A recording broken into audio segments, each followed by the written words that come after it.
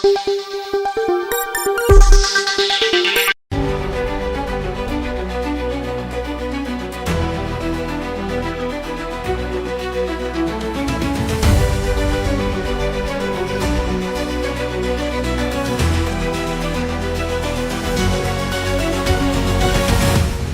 చాహియే మీ అందరూ రాహుల్ గాంధీ గారిని ప్రధానమంత్రి చేసే దిశలో కర్ణాటకలో మళ్లీ తిరిగి మళ్లీ కాంగ్రెస్ సర్కార్ రావడానికి మీ అందరి యొక్క సహకారం ఆశీర్వచనం మీ అందరి యొక్క ಇನ್ವಾಲ್ವ್ಮೆಂಟ್ ಅವಸರಮని తెలియజేస్తూ ಮಾತಾಡೋದಲ್ಲ ಅದು ಬೇರೆ ಯಾವುದೇ ವಿಚಾರವನ್ನು ಮಾತಾಡಬಾರದು. ಹಾಗಾಗಿ ನಾನು ಹೇಳಿದ್ದೀನಿ ಅವರಿಗೆ, ಇಲ್ಲಿ ಅಗ್ರಿಬೊಮ್ಮನಲ್ಲಿ ಕಾಂಗ್ರೆಸ್ ಅನ್ನು ಸೋಲಿಸುವ ಶಕ್ತಿ ಯಾರಿಗೂ ಇಲ್ಲ.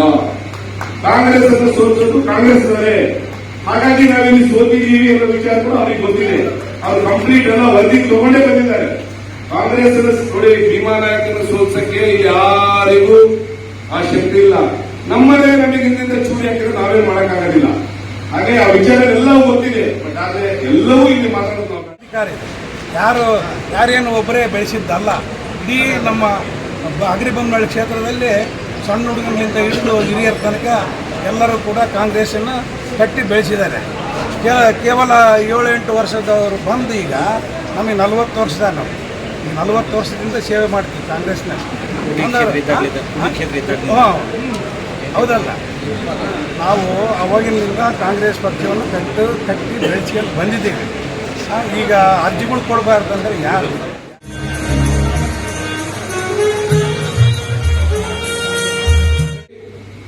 ಅಗ್ರಿಬೊಮ್ಮನಹಳ್ಳಿ ವಿಧಾನಸಭಾ ಕ್ಷೇತ್ರದಲ್ಲಿ ಕಾಂಗ್ರೆಸ್ ಪಕ್ಷವನ್ನ ಗೆಲ್ಲಿಸುವ ಮೂಲಕ ಕಾಂಗ್ರೆಸ್ ಪಕ್ಷದ ಬಾವುಟವನ್ನು ಹಾರಿಸಿದಂತ ಎಲ್ಲ ನನ್ನ ಕಾಂಗ್ರೆಸ್ ಪಕ್ಷದ ಎಲ್ಲ ನನ್ನ ಹಿರಿಯ ಮುಖಂಡರೇ, ಕಾರ್ಯಕರ್ತ ಬಂಧುಗಳೇ, ಇವತ್ತು ನಮ್ಮ ಲೋಕಸಭಾ ವಿರೋಧ ಪಕ್ಷದ ನಾಯಕರು, ನಿಮ್ಮ ಎಲ್ಲರ ನೆಚ್ಚಿನ ನಾಯಕರು, ಈ ಭಾರತದ ಯುವ ಕಣ್ಮಣಿ, ಮುಂದಿನ ಪ್ರಧಾನಮಂತ್ರಿ ಅಂತ ಹೇಳಿದ್ರು ತಪ್ಪಾಗಲ್ಲ ಆತ್ಮೀಯ ಬಂಧುಗಳೇ, ನಿಮ್ಮ ಎಲ್ಲರ ನೆಚ್ಚಿನ ನಾಯಕರಾದಂತಹ ರಾಹುಲ್ ಗಾಂಧಿ ಅವರು ಇಡೀ ದೇಶದಲ್ಲಿ ಇವತ್ತೇನು ಈ ಕಾರ್ಯಕ್ರಮದ ಮೂಲಕ ಸಂಘಟನಾ ಸುಜನ ಅಭಿಯಾನ ಕಾರ್ಯಕ್ರಮದ ಜೊತೆಗೆ ಇಡೀ ಕರ್ನಾಟಕ ರಾಜ್ಯದಲ್ಲಿ ಮತ್ತೆ ಪಕ್ಷವನ್ನ ಸಂಘಟನೆ ಮಾಡಬೇಕು.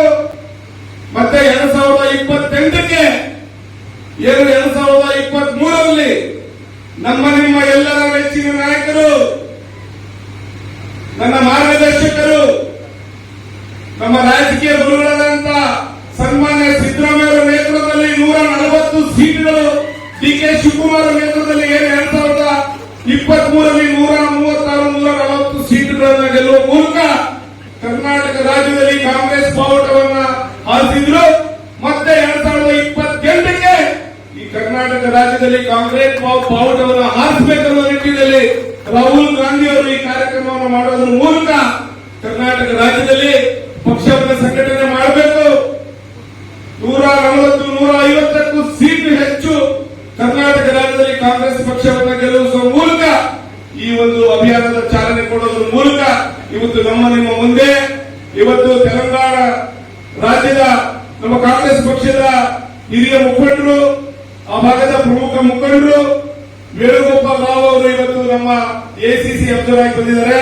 ಅವರಿಗೆ ವೇಣುಗೋಪಾಲ್ ಅವರಿಗೆ ನಮ್ಮ ಅಗ್ರಿಬೊಮ್ಮನಹಳ್ಳಿ ಬ್ಲಾಕ್ ಕಾಂಗ್ರೆಸ್ ವತಿಯಿಂದ, ನಮ್ಮ ಕಾಂಗ್ರೆಸ್ ಪಕ್ಷದ ವತಿಯಿಂದ ಇಡೀ ಅಗ್ರಿಬೊಮ್ಮನಹಳ್ಳಿ ಕ್ಷೇತ್ರದ ಕಾಂಗ್ರೆಸ್ ತಾಯಂದಿರು ಎಲ್ಲ ನಮ್ಮ ಕಾರ್ಯಕರ್ತರ ಪರವಾಗಿ ಅವರಿಗೆ ಆತ್ಮೀಯ ಸ್ವಾಗತವನ್ನು ಈ ಸಂದರ್ಭದಲ್ಲಿ ಬಯಸ್ತಾ ಇದ್ದೀನಿ. ನಾನು ಕೆಲವೇ ನಿಮಿಷಗಳಲ್ಲಿ ನನ್ನ ಮಾತನ್ನು ಮುಗಿಸ್ತೀನಿ. ಮತ್ತೆ ಎಲ್ಲರೂ ಕೂಡ ಒಟ್ಟು ಕರೆದು ಅಗ್ರಿಬೊಮ್ಮನಹಳ್ಳಿ ಬ್ಲಾಕ್ ವತಿಯಿಂದ 10 ಜನ 11 ಜನ, ಕೊಟ್ಟೂರು ಬ್ಲಾಕ್ ಇಂದ 11 ಜನವನ್ನ ಏನು ನಾವು ಪಟ್ಟಿಯನ್ನು ಕೊಟ್ಟಿದ್ದೀವಿ, ಆ ಪಟ್ಟಿಯನ್ನ 11 ಜನರಿಗೆ ಅವರು ಒಟ್ಟು ಕರೆದು ಮಾತಾಡ್ತಾರೆ. ಇಲ್ಲಿರ್ತಕ್ಕಂಥ ಸಮಸ್ಯೆ, ಪಕ್ಷದ ಸಂಘಟನೆ 2023ಕ್ಕೆ ನಾವೇನು ಮಾಡಬೇಕು, ಯಾಕೆ ಪಕ್ಷ ಸಂಘಟನೆ ಆಗ್ತಾ ಇಲ್ಲ, ವಿಜಯನಗರ ಜಿಲ್ಲೆಯಲ್ಲಿ ಏನು ತೊಂದರೆ ಆಗಿದೆ, ಯಾರಿಂದ ತೊಂದರೆ ಆಗ್ತಾ ಇದೆ, ಯಾರು ಪಕ್ಷ ವಿರೋಧಿ ಚಟುವಟಿಕೆಗಳು ಮಾಡಿದ್ದಾರೆ, ಯಾರು ಹೊರಗಿದ್ದಾರೆ, ಯಾರು ಒಳಗಿದ್ದಾರೆ, ಯಾರು ಅನೈತಿಕ ಸಂಬಂಧಗಳು ಬೇರೆ ಜೊತೆಗೆ ಇಟ್ಕೊಂಡಿದ್ದಾರೆ, ಆ ಎಲ್ಲ ವಿಚಾರಗಳು ಇಲ್ಲಿ ಮಾತಾಡ್ತಕ್ಕಂಥ ವೇದಿಕೆಯಲ್ಲಿ ಅವರಿಗೆ 4 ಗಂಟೆ ಮಧ್ಯೆ ಅವ್ರ ಮುಂದೆ ಹಂಚಿಕೊಳ್ಳುವಂತ ಕೆಲಸವನ್ನು ನಮ್ಮ ಪಕ್ಷದ ಮುಖಂಡರು ಮಾಡಬೇಕಂತೇಳಿ ತಮ್ಮಲ್ಲಿ ನಾನು ಕೈಗೊಳ್ಳಿ ನನ್ನ ಪ್ರಾರ್ಥನೆ ಈ ಸಂದರ್ಭದಲ್ಲಿ ಮಾಡ್ತೀನಿ. ತಮಗೆಲ್ಲ ಗೊತ್ತಿದೆ, ಕಳೆದ 2021ರಲ್ಲಿ ಏನು ಅಂದಿನ ವಿರೋಧ ಪಕ್ಷದ ನಾಯಕರು ಮಾಜಿ ಮುಖ್ಯಮಂತ್ರಿಗಳಾದಂತಹ ಸನ್ಮಾನ್ಯ ಸಿದ್ದರಾಮಯ್ಯನವರು ಏನು ದಾವಣಗೆರೆಯಲ್ಲಿ ಸಿದ್ದರಾಮೋತ್ಸವ ಕಾರ್ಯಕ್ರಮದ ಮೂಲಕ ಏನು 2019ರಲ್ಲಿ ಇಂದಿನ ಸನ್ಮಾನ್ಯ ಮುಖ್ಯಮಂತ್ರಿಗಳು ಸನ್ಮಾನ್ಯ ಡಿ.ಕೆ. ಶಿವಕುಮಾರ್ ಅವರು ಏನು ಅವತ್ತು ಕೆಪಿಸಿಸಿ ಅಧ್ಯಕ್ಷರಾಗಿ ಏನು ಅವರು ಪ್ರಮಾಣ ವಚನ ತಗೊಂಡ್ರು, ಅವತ್ತು ಸನ್ಮಾನ್ಯ ಡಿ.ಕೆ. ಶಿವಕುಮಾರ್ ಒಂದು ಪಣವನ್ನು ತೊಗೊಂಡಿದ್ದು ಅಂತ ಕೋವಿಡ್ ಸಂದರ್ಭದಲ್ಲಿ ಕೆಪಿಸಿಸಿ ಅಧ್ಯಕ್ಷ ಆದಂತಹ ಸಂದರ್ಭದಲ್ಲಿ ಎಲ್ಲ ಕಾರ್ಯಕ್ರಮಗಳಲ್ಲಿ ಮಾತನಾಡ್ತಾ ಇದ್ರು ಸನ್ಮಾನ್ಯ ಡಿ.ಕೆ. ಶಿವಕುಮಾರ್ ಸಾಹೇಬರು. ಏನಂತ ಮಾತಾಡ್ತಾ ಇದ್ರು, 2023ರಲ್ಲಿ ಶತಾಯಗತ ಮಾಡಿ ಕಾಂಗ್ರೆಸ್ ಪಕ್ಷವನ್ನು ಅಧಿಕಾರಕ್ಕೆ ತರೋದ್ರಲ್ಲಿ ನಾವೆಲ್ಲ ಕೆಲಸ ಮಾಡಬೇಕಾಗಿದೆ.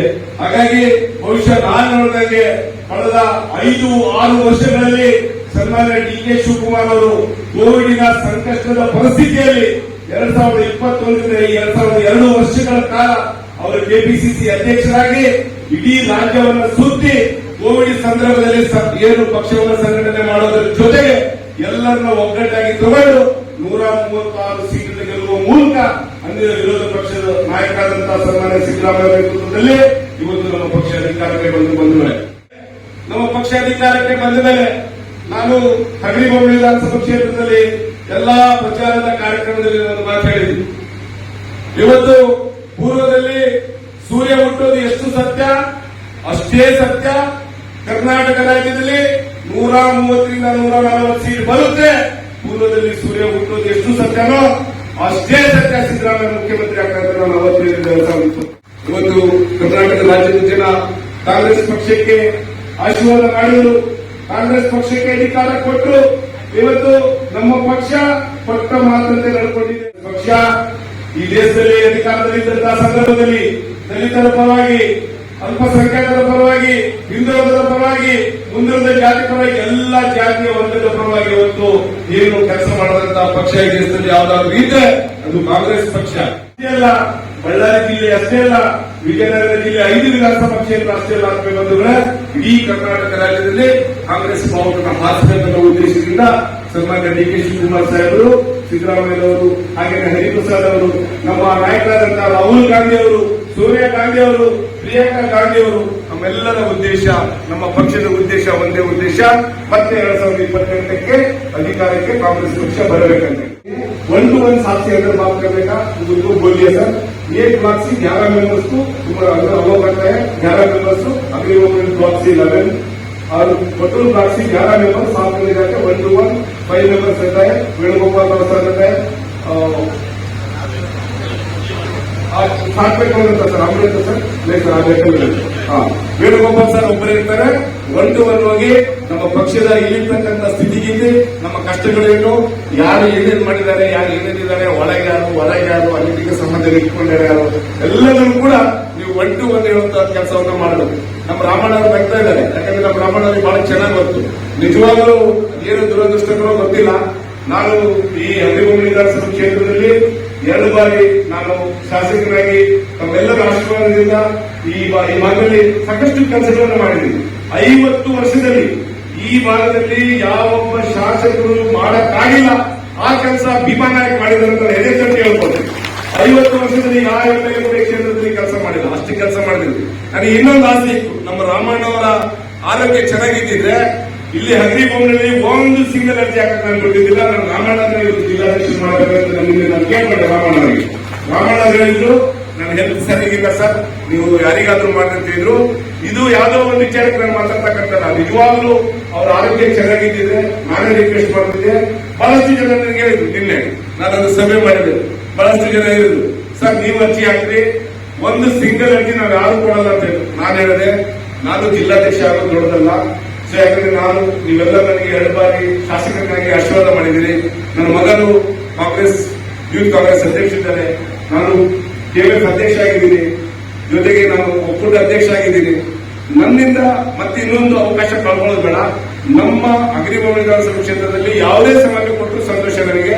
ನಮ್ಮ ಹಗರಿಬೊಮ್ಮೆಯಲ್ಲಿ ಎಲ್ಲರೂ ಅರ್ಜಿ ಹಾಕ್ರಿ, ಯಾರಿಗೆ ಕೊಟ್ಟರು ನನಗೆ ಹೈಕಮಾಂಡ್ ಏನು ತೀರ್ಮಾನ ಮಾಡುತ್ತೆ ಅದಕ್ಕೆ ನಾನು ಬದ್ಧರಿದ್ದೀನಿ, ನೀವೆಲ್ಲರೂ ಬದ್ಧರಿರಬೇಕು. ಹಾಗಾಗಿ ಎಲ್ಲ ಸಮಾಜಗಳಿಗೆ ಅರ್ಜಿ ಹಾಕಕ್ಕೆ ನಾವು ಅವಕಾಶಗಳನ್ನ ನಾವು ಮಾಡಿಕೊಟ್ಟಿದ್ದೀವಿ. ಸಂಘಟನಾ ಸಭೆಗೆ ನಾವು ಈಗಾಗಲೇ ಬಂದಿದ್ದೀವಿ ಇಲ್ಲಿ ಹಗರಿಬೊಮ್ಮಳಿಗೆ. ನಮಗೆ ಬ್ಲಾಕ್ ಕಾಂಗ್ರೆಸ್ ಅಧ್ಯಕ್ಷರುಗಳು ಅನೌನ್ಸ್ ಮಾಡಿ ಯಾರು ಭೀಮಾ ನಾಯಕಿಗೆ ಎಲೆಕ್ಷನ್ ಮಾಡಿಲ್ಲ 2023 ಎಲೆಕ್ಷನ್ ಪಕ್ಷ ವಿರೋಧಿ ಚಟುವಟಿಕೆ ಮಾಡಿದ್ರೆ ಅವ್ರಿಗೆ ಬರಬಾರ್ದು ಅಂತೇಳಿ ಅನೌನ್ಸ್ ಮಾಡಿದ್ರು. ಬರಬಾರ್ದು, ಅಪ್ಲಿಕೇಶನ್ ಕೂಡ ಕೊಡಬಾರ್ದು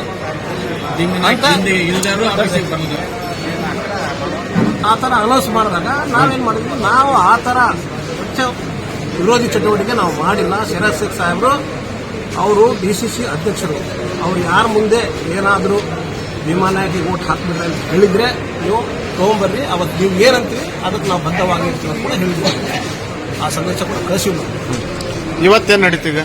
ಇವತ್ತು ಅದೇ ಸೃಜನ್ ಸಂಘಟನಾ ಸಭೆಯಲ್ಲಿ ನಮಗೆ ನೀವು ಒಳಗೆ ಬರಬಾರ್ದು ಅಂತ ಹೇಳಿ ಇಬ್ಬರು ಬ್ಲಾಕ್ ಕಾಂಗ್ರೆಸ್ ಅಧ್ಯಕ್ಷರು ಅನೌನ್ಸ್ ಮಾಡಿದ್ರು. ಹೊರಗಡೆ ಕೂತ್ಕೊಂಡ್ರೆ ಹೊರಗಡೆ ಕೂತ್ಕೊಂಡಿಲ್ಲ. ಈ ನಾವೆಲ್ಲ ರಾಮಣ್ಣ ಇರ್ಬೋದು, ನಮ್ಮ ಬಸವರಾಜ್ ಇರ್ಬೋದು, ಪುಟ್ಟೇಶ್ವರ ಇರ್ಬೋದು, ನಾವಿಲ್ಲಿ ಈಗ ಏನ್ ಮಾಡೋರು ಈಗ ಮುಂದೆ ನೀವು?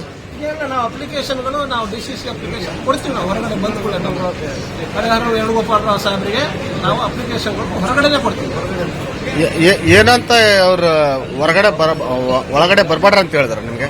ಹೌದು, ಅದು ಯಾರು ಪಕ್ಷ ವಿರೋಧಿ ಚಟುವಟಿಕೆ ಮಾಡ್ಯಾರ ನಾವು ಹೇಳಿದ್ವಿ, ನಾವು ಮಾಡಿ ಹೇಳ್ರಿ ದೊಡ್ಡ. ಕಾಂಗ್ರೆಸ್ ಯಾರು ಸೊತ್ತು ಅಲ್ಲ. ಈಗ ಕಾಂಗ್ರೆಸ್ ಅಂದಾಗ ಈಗ ಇವರು ನಮ್ಮ ವೇಣುಗೋಪಾಲ್ ಸಾಹೇಬರು ಬಂದಿದ್ದಾರೆ. ವೀಕ್ಷಕರು ಬಂದಾಗ ಎಲ್ಲರೂ ಬರ್ತಾರೆ, ಎಲ್ಲರೂ ಅರ್ಜಿ ಕೊಡ್ತಾರೆ. ಅನೌನ್ಸ್ ಮಾಡೋದು ಮೈಕದಲ್ಲಿ ಅರ್ಜಿಗಳು ಕೊಡಬೇಡ್ರಿ ಅಂತಂದ್ರೆ ಅರ್ಥ ಏನು? ಯಾರಪ್ಪನ ಸೋತಿದ್ರು ಕಾಂಗ್ರೆಸ್? ಎಲ್ಲರಿಗೆ ಅಧಿಕಾರ ಇದೆ. ಯಾರೇನು ಒಬ್ಬರೇ ಬೆಳೆಸಿದ್ದಲ್ಲ. ಇಡೀ ನಮ್ಮ ಅಗ್ರಿಬೊಮ್ಮನಹಳ್ಳಿ ಕ್ಷೇತ್ರದಲ್ಲಿ ಸಣ್ಣ ಹುಡುಗನಿಂದ ಹಿಡಿದು ಹಿರಿಯರ ತನಕ ಎಲ್ಲರೂ ಕೂಡ ಕಾಂಗ್ರೆಸ್ಸನ್ನು ಕಟ್ಟಿ ಬೆಳೆಸಿದ್ದಾರೆ. ಕೇವಲ 7-8 ವರ್ಷದವರು ಬಂದು ಈಗ ನಮಗೆ 40 ವರ್ಷದ ನಾವು ಈ 40 ವರ್ಷದಿಂದ ಸೇವೆ ಮಾಡ್ತೀವಿ ಕಾಂಗ್ರೆಸ್ನ. ಹೌದಲ್ಲ, ನಾವು ಅವಾಗಿನಿಂದ ಕಾಂಗ್ರೆಸ್ ಪಕ್ಷವನ್ನು ಕಟ್ಟಿ ಬೆಳೆಸ್ಕೊಂಡು ಬಂದಿದ್ದೀವಿ. ಈಗ ಅರ್ಜಿಗಳು ಕೊಡಬಾರ್ದು ಅಂದರೆ ಯಾರು ಏನು ಅನೌನ್ಸ್ ಮಾಡ್ತಾರೆ? ನಿಮ್ಮ ನಾಯಕರು ಅರ್ಜಿಗಳು ತಗೊಂತಾರ ಸರ್? ಈಗ ಹೇಳಿದಿರ ಅವರಿಗೆ? ಯಾರು ನಿಮ್ಮ ನಾಯಕರಿಗೆ ಬಂದಿದಾರಲ್ಲ ಅವರಿಗೆ ಅರ್ಜಿ ಕೊಡ್ತೀವಿ ನಾವು. ಇಲ್ಲಿವರೆಗೂ ನಾವು ಕಾಂಗ್ರೆಸ್ ಬಿಟ್ಟು ಹೋಗಿಲ್ಲ. ಈಗ ಹೊರಗಡೆಯಿಂದ ಬರ್ತಿರ್ತಕ್ಕಂಥ ಅಭ್ಯರ್ಥಿಗಳಿಗೆ ಅಂದರೆ ನಮ್ಮ ಪಕ್ಷದವರು ಅಲ್ಲದವರಿಗೆ ನಾಮಿನೇಟ್ ಮಾಡ್ಯಾರ ಇವರು. ನಾವು 40 ವರ್ಷ ಬೆಳೆಸಿ ನೀರು ಹಾಕಿ ಬೆಳೆಸ್ತಾರೆ, ಎಲ್ಲಿ ಹೋಗ್ಬೇಕು? ಹೇಳಿ ಸರ್, ಇವತ್ತು ಅಪ್ಲಿಕೇಶನ್ ಕೊಟ್ಟರಲ್ಲ ಏನಂತ ವಿಷಯ ನನಗೇನು ಗೊತ್ತು? ಈಗ ಒಳಗೆ ಬಂದಿಲ್ಲ. ಪಕ್ಷ ವಿರೋಧಿ ಚಟುವಟಿಕೆ ಮಾಡಿದವರು ಹೊರಗಡೆ ಇರಿ ಅಂತ ಹೇಳಿದ್ರು, ಕೆಲವು ಜನ ಹೊರಗಡೆ ಇದ್ರು, ಅವರು ಆಕ್ಷೇಪ ಮಾಡಿದ್ರು. ಅದ್ರ ಬಗ್ಗೆ ಏನ್ ಹೇಳ್ತಾರೆ ಸರ್? ಪಕ್ಷ ವಿರೋಧಿ ಚಟುವಟಿಕೆ ಮಾಡಿದವರು ಹೊರಗಿರ್ಲಿ ಅಂತ ಹೇಳಿದ ವಿಷಯ ನನ್ ಗಮನ ಅನೌನ್ಸ್ ಮಾಡಿದ್ರು ನಿಮ್ಮ ಬ್ಲಾಕ್ ಕಾಂಗ್ರೆಸ್ ಅಧ್ಯಕ್ಷ. ನನಗೆ ಗೊತ್ತಿಲ್ಲ, ನನ್ನ ಗಮನಕ್ಕೆ ಬಂದಿಲ್ಲ. ಯಾರು ಪ್ರೆಸ್ ಮೀಟ್ ಮಾಡ್ಯಾರೋ ನನಗೆ ಗೊತ್ತಿಲ್ಲ. ಪಕ್ಷ ವಿರೋಧಿ ಚಟುವಟಿಕೆ ಮಾಡ್ಯಾರೆ, ಇಲ್ಲಿ ಇರಬಾರ್ದು ಅಂತೇಳಿ ಯಾರು ಅನೌನ್ಸ್ ಮಾಡ್ಯಾರ ಅದು ನನ್ನ ಗಮನಕ್ಕಿಲ್ಲ. ಅವ್ರು ಏನಾದ್ರೂ ನಿಜವಾಗ್ಲೂ ಪಕ್ಷದ ಮೇಲೆ ಅವ್ರಿಗೆ ಅಭಿಮಾನ ಇದ್ದಿದ್ರೆ, ನಿಜವಾಗ್ಲೂ ನಾನು ಕಾಂಗ್ರೆಸ್ ಪಕ್ಷದ ಕಟ್ಟಾಳು, ನಾನು ಕಾಂಗ್ರೆಸ್ ಪಕ್ಷ ನಂದಂತ ಇದ್ದಿದ್ರೆ ನನ್ನ ಹತ್ರ ಬಂದು ಮಾತಾಡಿದ್ರೆ ನಾನು ಮುಂದೆ ಕುಂದಿರ್ಸ್ತಿದ್ದೆ. ನನ್ನ ಗಮನಕ್ಕೆ ಬಂದಿಲ್ಲ ಅದು, ನನ್ನ ಹತ್ರ ಮಾತಾಡಿಲ್ಲ ಅವರು, ನಾನು ಕೂಡಿಸ್ತಿದ್ದೆ. ಅಲ್ಲ, ಈಗ ವಿಚಾರನೆ ಗೊತ್ತಿಲ್ಲ. ಈಗ ಅವರು ಲಾಸ್ಟ್ ವರೆಗೂ ನಿಮ್ಮ ವೀಕ್ಷಕರು ಬಂದಿದ್ರಲ್ಲ, ಅಲ್ಲ ಅವ್ರು ಬಂದಿರೋದೇ ನನಗೆ ಗೊತ್ತಿಲ್ಲ. ಈಗ ನೋಡಿದೆ ನಾನು ವೀಕ್ಷಕರಿಗೆ ಅರ್ಜಿ ಕೊಡಬೇಕಾದ್ರೆ, ಈಗ ನೋಡಿದೆ ಹೊರಗಡೆ ಬಂದ್ಮೇಲೆ ಕೊಟ್ಟರ ಪೊಲೀಸರೆಲ್ಲ ಅವರಿಗೆ ಇದು ಮಾಡ್ತಾ ಇದ್ರು. ಅದಕ್ಕೆ ಯಾರು ಪೊಸಿಷನ್ ಅದ್ರ ಅಂದಾಗ ನೋಡಿದೆ. ಅವ್ರು ಇಲ್ಲಿ ಬಂದಿರೋದೇ ನಾನು ನೋಡಿಲ್ಲ, ನನ್ನ ಕಣಿಗೆ ಬಿದ್ದಿಲ್ಲ ಅವರು. ಅಲ್ಲ, ಅವ್ರಿಗೆ ವಿಚಾರನೆ ಗೊತ್ತಿಲ್ಲ. ಗೊತ್ತಿದ್ರೆ ಅವ್ರಿಗೆಲ್ಲ ಅಲೋ ಮಾಡ್ತಾ ಇದ್ದಾರೆ. 100% ಮುಂದೆ ಫ್ರಂಟ್ ಲೈನ್ ಅಲ್ಲಿ ಕೂರಿಸ್ತಿದ್ದೆ ನಾನು ನಮ್ಮ ಲೀಡರ್ಗಳಿಗೆ. ನಾವು ಯಾಕೆ ಪಕ್ಷದಲ್ಲಿ ಯಾರು ಇದು ಮಾಡಕ್ಕೆ